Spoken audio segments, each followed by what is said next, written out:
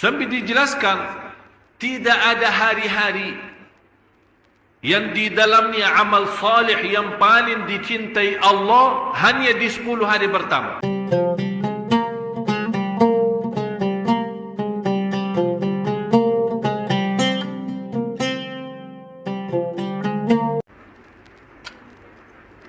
Yang dinamakan bulan-bulan haji. Karena bulan haji ada 3 bulan.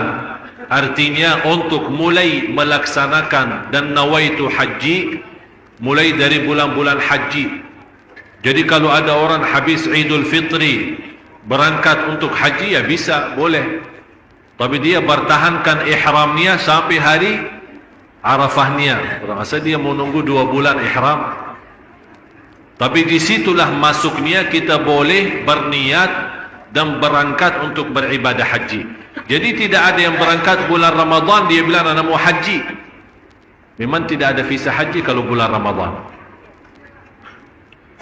Jadi Syawal, Dzulqa'dah, Dzulhijjah bulan haram. Yang keempat bulan Rajab. Bulan Rajab. 4 bulan ini tidak boleh di dalamnya ada berbuat kezaliman atau perang. Jadi ada bulan haram, ada tanah haram. Di Makkah tidak boleh ada perang. Dan kejadian peristiwa perang waktu tahun Fatah Makkah, tahun 8 Hijriyah, itu Allah mengizinkan Rasulullah SAW untuk berperang hanya di waktu yang sementara. Habis itu kembali lagi Makkah dan tanah suci dan haram. Tidak boleh ada perang dalamnya.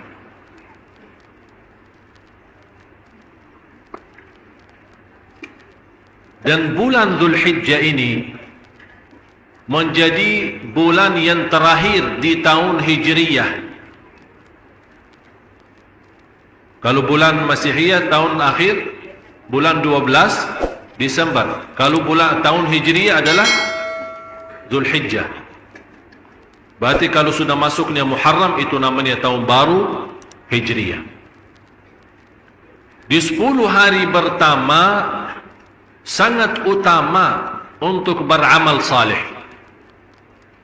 Sampai Allah sendiri bersumpah dalam 10 hari pertama Dzulhijjah itu, sebagaimana firman Allah, wal fajri wa layalin 'ashr.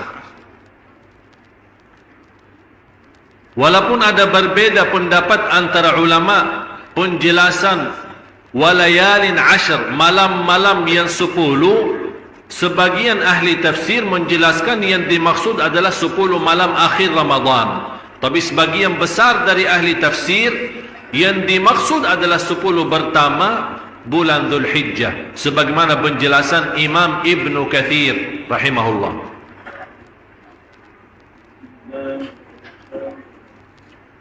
Dan jamaah sekalian, Bapak Ibu, kalau Allah bersumpah terhadap sesuatu, berarti sesuatu itu sangat agung.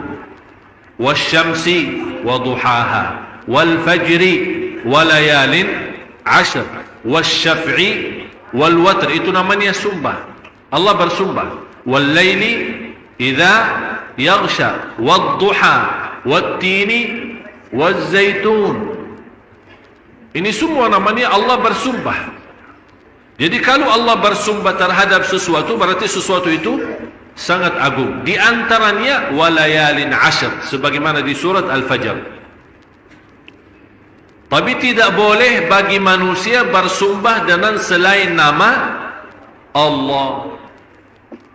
Jadi tidak boleh bersumpah demi nama Nabi Muhammad, demi Ka'bah. Ka'bah itu menjadi apa kalau boleh diistilahkan sebagai makhluk, batu. Tapi kita boleh bilang warabbil Ka'bah, bersumpah siapa Tuhan Ka'bah itu, dan siapa yang memiliki Ka'bah itu adalah Allah Subhanahu wa ta'ala. Tapi kalau Allah boleh dan berhak untuk bersumpah dengan apa saja di antara makhluknya. Dan hadis ini menjelaskan yang diriwayatkan Imam Bukhari, hadis Abdullah bin Abbas. Anda bisa lihat langsung. Ini hadis sahih yang diriwayatkan Imam Bukhari, hadis Abdullah bin Abbas radhiyallahu anhuma. Di sini hadis yang menjelaskan saking mulia 10 hari pertama, Allah Subhanahu wa taala paling cinta amal-amal salih di dalam hari-hari 10 tersebut. Contoh, kalau anda suka salat sunnah, duha dan yang lain-lain, Allah lebih cinta salat duha di 10 hari pertama Dzulhijjah. Jauh lebih besar pahalanya. Yang saya ambil hikmahnya, wallahu a'lam, khusus bagi jamaah yang tidak berhaji, Allah memberikan kesempatan supaya bisa mendapatkan nilai ibadah haji walaupun tidak mampu berhaji. Oleh karena itu Allah jadikan 10 hari pertama sangat agung dan mulia, bukan hanya untuk jamaah haji, tapi juga boleh selain jamaah haji. Rasulullah sallallahu alaihi wasallam bersabda, "Ma min ayyamin al-'amalu as-salihu fiha ahabbu ila Allah min hadhihi al-'ashr." Sampai dijelaskan, tidak ada hari-hari yang di dalamnya amal salih yang paling dicintai Allah hanya di 10 hari pertama. Saking mulia jamaah sekalian, Bapak Ibu, saking mulia 10 hari pertama, muncul berbeda pendapat antara ulama, mana yang lebih afdal? Apakah 10 malam terakhir Ramadan atau 10 pertama Dzulhijjah? Ini merubah tanda apa? Saking ada perbedaan pendapat, berarti betul-betul 10 hari pertama itu jelas mulia. Sampai tidak ada sepakat antara ulama 10 Ramadan terakhir adalah lebih baik daripada 10 pertama Dzulhijjah. Belum disepakati, masih berbeda pendapat. Saking ini bunya kemuliaan dan juga ini bunya kemuliaan. Dan salah satu hadis ini yang diriwayatkan Imam Bukhari, tidak ada amal salih di selain 10 hari pertama yang paling dicintai Allah sebagaimana di 10 hari Dzulhijjah itu.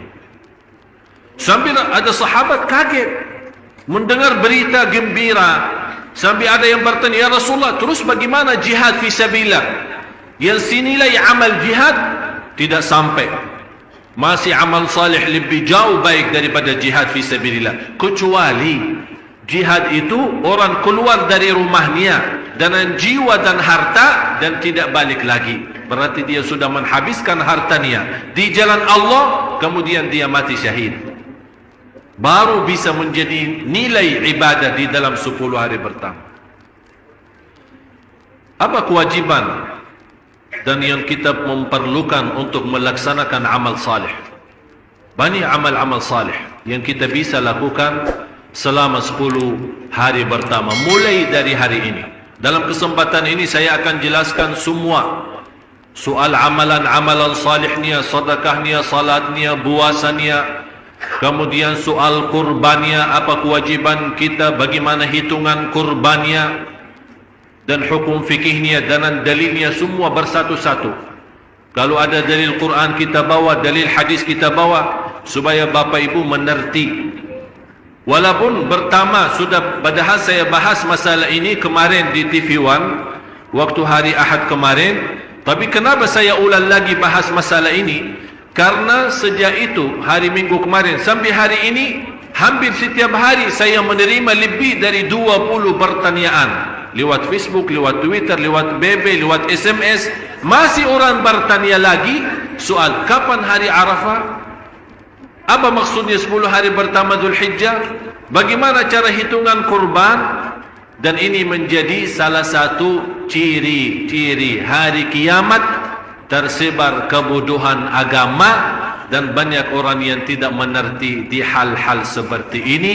Yang namanya 10 hari pertama sangat agung, malah ada orang bertanya, kapan sih hari Arafahnya?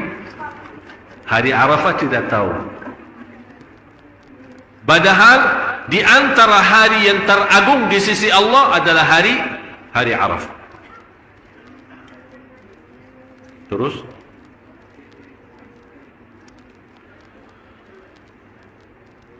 Di antara amal-amal yang salih yang perlu kita jaga dan kita amalkan khusus untuk jemaah haji, memang yang terbaik di 10 hari pertama untuk bulan Dzulhijjah untuk laksanakan umrah dan haji. Biasanya jemaah haji umrah hampir 60-80% sudah pada berangkat. Tapi ada juga yang masih siap-siap menunggu visahnya, menunggu apa. Jadi di antara amal yang perlu kita jaga adalah haji dan umrah. Dan jemaah sekalian, harus kita fahami satu persoalan. Untuk haji tidak wajib umrah sebelum niat. Ada orang berkata, ana mau haji pertama kali, tapi ana belum sempat umrah. Apakah boleh enggak? Boleh. Tapi jelas lebih mulia dan lebih agung adalah umrah dan haji. Karena haji itu kan ada 3 macam. Ada tamattu', ada qiran, ada ifrad. Ifrad artinya membawa ibadah haji sendiri. Labbaik Allahumma hajja. Tidak ada selain haji. Jadi dia berangkat dari sini untuk haji. Tapi tamattu', dan itu yang lebih baik. Karena itu sunnah Rasulullah SAW adalah tamattu', umrah dulu, disambungkan dengan haji. Niatnya apa? Labbaik Allahumma umratan wa hajja.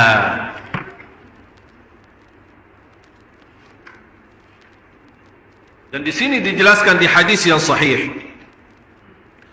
Rasul sallallahu alaihi wasallam, hadis Abi Hurairah radhiyallahu an, bagaimana menjelaskan al-umratu ila al-umrah kaffaratun lima bainahuma wal hajjul mabrur laisa lahu jazaa'un illa al-jannah. Hadis sahih riwayat Imam Bukhari dan Muslim. Kira-kira jelas tayangannya, bisa dibaca. Antara umrah dan umrah kesempatan untuk menghapus dosa. Antara umrah dan umrah kesempatan untuk menghapus dosa. Dan ini juga salah satu dalil dasar membolehkan kita ambil umrah sesudah umrah. Ini selalu diributkan. Setiap tahun jamaah berangkat umrah diributkan. Katanya ustaz kita tidak membolehkan, ada ustaz lain membolehkan. Yang benar mana sih?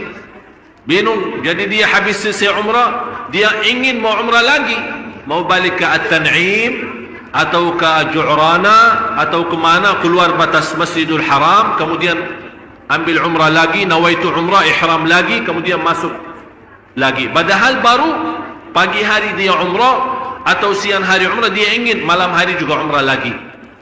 Ini membuktikan tanpa ada batas. Tanpa ada batas. Umrah antara umrah sama umrah. Apakah antara umrah sama umrah 1 tahun? Berarti selama 1 tahun terhapus dosa kita. Antara umrah sama umrah yang akan datang 1 hari, berarti selama 1 hari terjamin ampunan dosa kita. Karena tidak ada satu ayat atau hadis membatasi antara umrah sama umrah harus 1 bulan, atau harus 1 minggu, atau harus 1 tahun. Tidak ada. Apalagi bagi jamaah yang jauh semacam jamaah Indonesia. Sayang, dia tidak tahu kapan sempat lagi. Jadi dia datang hanya 4 hari atau 8 hari di Makkah. Silahkan, mau setiap hari 10 kali umrah, mampu silahkan. Kesempatan. Kita belum tahu, bisa pulang ke negerinya tidak sempat lagi umrah atau lihat tanah suci lagi. Oleh kerana itu manfaatkan daripada belanja berkeliling tawaf Safa Marwah di pasar, di mall. Safa Marwah antara mall sama mall. Dia salah hitungkan berapa tawafnya, salah hitungkan berapa Safa Marwah, tapi tidak pernah salah hitungkan berapa mall yang dia lewatin dan dia belanja. Jadi kesempatan daripada belanja, belanja takwa, belanja hidayah, belanja ampunan, belanja ridha Allah, berumrah berkali-kali. Karena ini kesempatan. Wal hajjul mabrur laisa lahu jazaa'un ilal jannah. Haji yang mabrur, saking mulia haji mabrur, tidak ada balasan selain surga. Yang paling nikmat haji mabrur jalan kaki. Itu paling nikmat. Jadi semua pernah kita dengan keluarga, adik saya Muhammad dengan istrinya, saya sama ibu saya, ada adik sama ayah saya, selama kita berhaji antara Safa, Marwah, kemudian Arafah, Mina, Muzdalifah, tidak pakai mobil sama sekali. Jalan kaki, pagi, siang, malam, sore, pokoknya jalan kaki. Begitu kita capek, kita bawa kemah. Tahu kemah? Model kemah kecil. Tinggal pasang, udah istirahat, makan terus lagi. Tapi nikmat. Tapi sekarang orang-orang mau umrah tapi dengan VIP, biar tidak capek. Yang penting asinnya, makanan, apalagi di Arafah paling diributkan. Nanti kita akan masuk bahasan Arafah. Jadi amalan yang utama untuk dilaksanakan di 10 hari pertama adalah umrah dan haji. Kalau orang sempat, dan kita doakan jamaah Indonesia, terutama jamaah Masjid Sunda Kelapa yang berangkat haji, semoga insyaAllah perjalanannya lancar, sihat walafiat, dan kembali ke tanah air lagi membawa haji mabrur. Cuba bayangkan kalau 200.000 jamaah haji semua bawa haji mabrur, insyaAllah Indonesia lebih baik.